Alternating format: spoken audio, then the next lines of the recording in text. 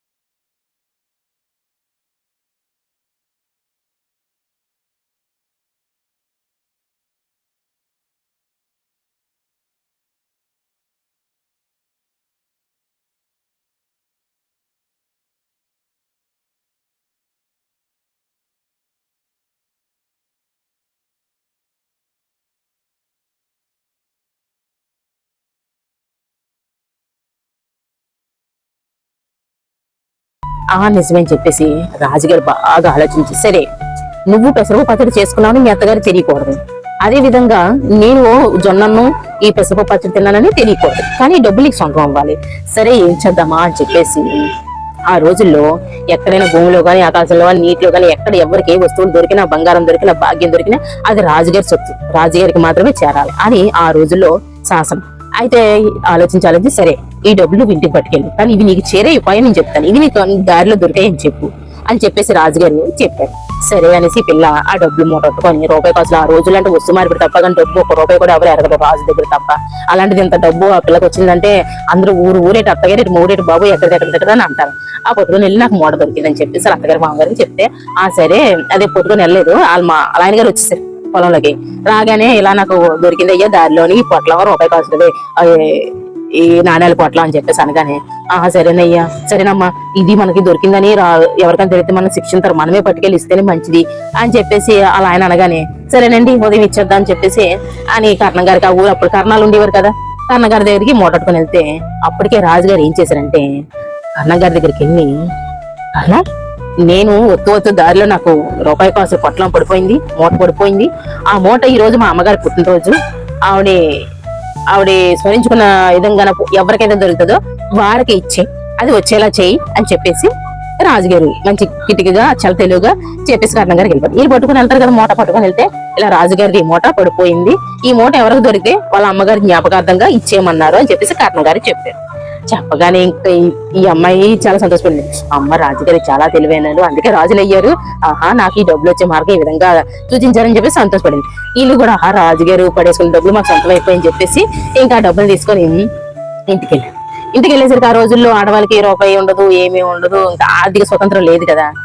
అన్నం పెట్టమంటే నా డబ్బులు ఉన్నాయి కదా, కూర అన్నమంటే నా డబ్బులు ఉన్నాయి కదా, అందులో తీసుకోనండి, ఇంకేదైనా నా డబ్బులు ఉన్నాయి కదా దొరికిన డబ్బులు ఉన్నాయి కదా అని చెప్పేసి అనడం మొదలుపెట్టి ఇంకా అత్తగారికి ఎక్కడలేని చిరాకు వచ్చేసింది. పని చేయమంటే చేయదు,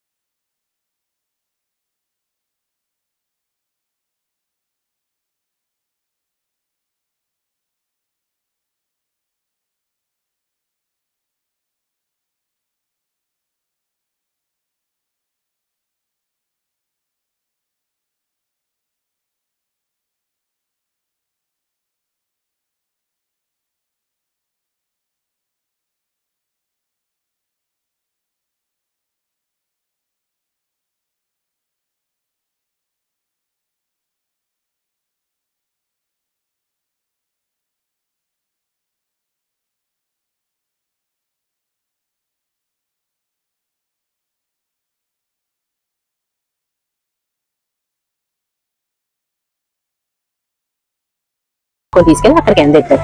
తీసుకెళ్లారు కానీ కాల్చడానికి నూనె అగ్గిపెట్టి ఆడవచ్చు. అరే నాయన తీసుకొచ్చాం కానీ నూనె అగ్గిపెట్టి తీసుకురాలి కాల్చకపోతే మళ్ళీ ఉదయాన్ని వచ్చేది కదరా అని చెప్పేసి అనుకుంటూ ఉండగా, సరేనమ్మా నేను వెళ్తే అతను అనుకోండి, అబ్బో బాబు శ్మశాను రా బాబు, నేను ఉండరా బాబు, నేను నీతో ఒకటి అతను ఇద్దరు వెళ్ళి ఎదురుద్దాం, ఇది ఇక్కడ వదిలేద్దాం అని చెప్పేసి కొడుకుంది కదా లేరదాం అని చెప్పేసి ఇక్కడ వదిలేద్దాం అని చెప్పేసి వదిలేసి ఇద్దరు వెళ్ళారు. నూనెకి ఇద్దరు వెళ్ళి నూనె అగ్గిపెట్టి తేడానికి వెళ్ళారు. ఈ లోపల బాగా శ్మశానం కదా, ఓపెన్ ప్లేస్ కదా, చలేసరికి ముడుచుకుందాం దుప్పుడు కావాలనుకుంటే ఎవరైనా నిద్రమోతు మన లగంగానే కాలు దగ్గర చేతి దగ్గర ఏమో తడుముకుందాం చూద్దాం. ఈ తడుముకునే ఇదిలో ఈ అమ్మాయికి చేతులు కాళ్ళు ఆడలేదు, ఇది కట్టేసినట్టు ఉంది, ఇక్కడ ఏదో జరుగుతుందని చెప్పేసి అటు ఇటు చూడక చాప చుట్టేసింది. అమ్మరు బాబు ఏదో నన్ను చేసేలాగా ఉన్నారు, ఇక్కడ ఎక్కడ నన్ను తీసుకొచ్చే పరిచేసరి ఈ అత్త నా మూడును అని చెప్పేసి ఆ చాపలోంచి లేచిపోయి అక్కడే ఒక దొంగ, కొబ్బరి దొంగ ఈ తాడి దొంగ ఏదో ఉంది కనబడి, చీకట్లో ఏం కనబడదు కదా, ఆ దొంగని చాపలో చుట్టేసి నేను అక్కడే ఉన్న ఒక చెట్టు దగ్గరికి వెళ్ళి దాక్కుంటే ఇంతలోని మొగుడు అత్త వచ్చారు. వచ్చి ఆ నూనెసి ఈ అగ్గి పెట్టి కాల్చేసి ఇంకెనక్కి తిరిగి చూడకుండా పారిపోయారు. ఏం చేసింది, తనకు చెవులకి మెల్లోని ఏదో వస్త్రాలు సూత్రాలు ఉంటే తగదగా మెలుతురికి మెరుస్తాయని చెప్పేసి అక్కడైనా బుగ్గు చెవులకి మొహానికి ఇలా రాసేసుకోండి. రాసేసుకుంటే మెరదు కదా ఆ చెట్టు దగ్గరే. వీళ్ళు నన్ను చంపేయాలనుకుంటున్నారు అని చెప్పి కోపం బాధపడి ఇక్కడ కిందన ఉంటే పురుగు పుట్టలో కొడతాదని చెప్పేసి చెట్టు ఎక్కింది.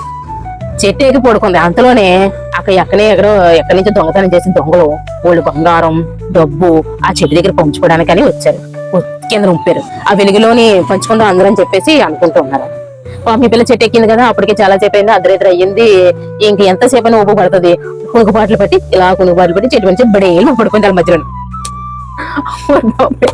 శ్మశానంలో అర్ధరాత్రి కామిని వచ్చేసిందిరా బాబు, ఏదో రాక్షసి వచ్చేసిందిరా బాబు, నా డబ్బు బంగారం వదిలేసి పారిపోతే ఇదేమో ఇది మంచి దొరికిన అవకాశం, ఇదేదో బంగారం ఉందా డబ్బులా ఉందని కొంచెం తీసుకున్నాను. ఉదయం ఆ చెట్టు దగ్గరే మొదలని ఈసారి చెట్టు ఎక్కలేదు, కింద పడుకుంది శుభ్రంగా. ఇంకా ఎలాగ సగం నిద్ర అయిపోయింది కదా, ఏదో తెలియదు నిద్ర ముద్ర నల్ల ముందు వేసుకుంది కదా, ఆ కింద పడుకొని పోయింది. ఇంకా ఉదయం లేసి ఆ డబ్బు దశకం అంతా తీసుకొని బయలుదేరి ఆ తీసుకుందే కానీ తన మొహానికి బూడిద రాసుకున్నాను అని సంగతి మర్చిపోయి నడుపుతూనే ఉంది. అత్తగారు మామూలుగా చూసి అమ్మో బ్రహ్మరాశి చచ్చిపోయి ఎప్పుడు రాసి అయిపోయింది రా బాబు అని చెప్పి తొలిపేసేసుకున్నారు. తొలిపేసేసుకుని లేదు అత్తయ్య గారు నేను చచ్చిపోయాను కానీ స్వర్గం నుంచి వచ్చాను, స్వర్గంలో మామయ్య గారు కనిపించారు, మీకోసం ఈ బంగారం ఈ డబ్బు అది పంపించారు, మిమ్మల్ని అడిగారు, మామయ్య గారు ఇక్కడ చిక్కుపోయినట్టు ఉండేవారు కానీ అక్కడ చాలా బలిష్టంగా అయ్యారు, రంభ ఓరాసి మేనకాలతో ఎంచక్క చిందులా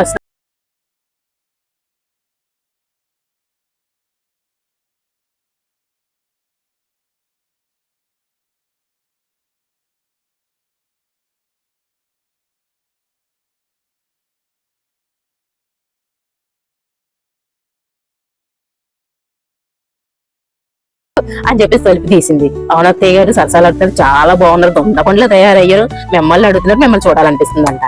ఇంకా పదే అండబతులు స్నానం చేసింది, బంగారం అంతా చూపించి అత్తయ్య గారు చూడండి ఎంత బంగారం, అవి ఏం బంగారం, అక్కడ ఇంకా చాలా ఉంది, మామయ్య గారి దగ్గర కోట్లు ఉంది, ఎంతో రంభ ఊర్వశి వాళ్ళు తెగేసిస్తున్నారు అని చెప్పేసి అన్న తర్వాత నిజమే పదే అనడం వల్ల నిజమే అనుకోండి ఇంకా వెళ్ళాలనుకోండి. ఇదే వచ్చేసింది, నేను తిరిగి రాలేనా అని చెప్పేసి ఎవరైనా ఆయన నాకు మీ నాన్నగారి దగ్గరికి వెళ్ళాలని ఉందిరా, పంపించరా అంటే వద్దమ్మా వద్దు, నువ్వు వెళ్ళలేవు మళ్ళీ రాలేవు. వాళ్ళ అబ్బాయి అంటే లేదు నాన్న వచ్చేస్తాను నాన్న, నాకు దారి తెలుసు కదా, దానికంటే నేను తెలివైన దాన్ని అని చెప్పేసి అలాగ అంటూనే ఉండేది.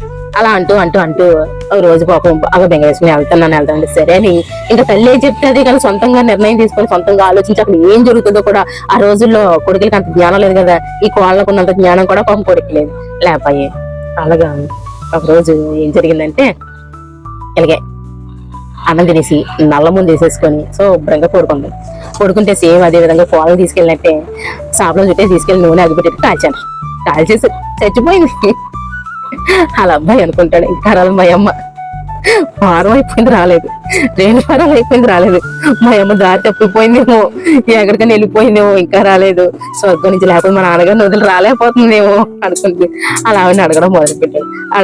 అడగ పాపం ఆయన ఇంకా బెంగేరేసుకుంటాడు అని చెప్పేసి అలా కాదు ఇలా జరిగింది, నేను నన్ను కాల్చలేదు మీరు, కానీ ఇక్కడ మీ అమ్మగారు నిజంగానే చనిపోయారు, శుభ్రంగా డబ్బు ఈ బంగారం అది మన ఇద్దరం హ్యాపీగా బతుకుదాం, ఇంకా మీ అమ్మగారి విషయం మర్చిపోండి అని చెప్పేసి తన ప్రేమ చేయగా పాపం ఇంకేం చేస్తాడు, ఎవరికని చెప్తే నా అమ్మని చేతులారి ఇల్లే కాల్ చేశారు, వీళ్ళకే శిక్ష పడుతుంది, అందుకని చెప్పేసి ఇంకెవరికి చెప్పుకుంటే నోరు మూసుకొని అలా ఆవిడతోటి ఇంకా అలా ఆవిడ శుభ్రంగా హ్యాపీగా వండడం మొదలు పెట్టారు. ఇంకా అప్పటి నుంచి అన్నం పెట్టేటప్పుడు వాళ్ళ కోడలకు గాని ఎప్పుడు పరపక్షాలు చూపించుకుంటా ఉండేది, ఎప్పుడు వరన్నం పెట్టి శుభ్రంగా చూసుకునేది. తినే విషయంలో ఎప్పుడు కూడా వ్యత్యాసం చూపించారు కదా, ఎప్పుడు మనం తినే విషయంలో వ్యత్యాసం చూపిస్తే వాళ్ళకి అది పెట్టి వీళ్ళకి ఇది పెట్టి వాళ్ళకి పెట్టకపోతే పిల్లలైనా పెద్దలైనా సరే వ్యత్యాసం చూపిస్తే వాళ్ళకి అది పెట్టారు నాకెందుకు పెట్టలేదని ఈర్ష్యాభావం తిరుగుబాటుతనం వస్తుంది అనమాట. అందుకని చెప్పేసి ఇంకా అప్పటి నుంచి రావణమ్మ ఇంకా తిరుగుబాటు అంటూ ఉండకూడదని చెప్పేసి సమానంగా తినే విషయంలో పరపక్షం లేకుండా అందరికి పెడుతూ తన శాశ్వత జీవితాన్ని హాయిగా బతకడం మొదలుపెట్టింది. ఎలా ఉందండి స్టోరీ? నచ్చితే లైక్ చేయండి, షేర్ చేయండి, సబ్స్క్రైబ్ చేసుకోండి.